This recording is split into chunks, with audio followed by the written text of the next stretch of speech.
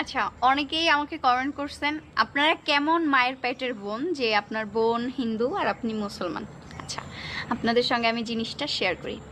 আমি আলহামদুলিল্লাহ এই যে প্রায় 5 বছর মুসলমান হয়েছি। আমিও হিন্দু মায়ের ঘরেই জন্ম নিয়েছিলাম, আমিও হিন্দু ছিলাম, কিন্তু এখন আমি মুসলমান হয়েছি।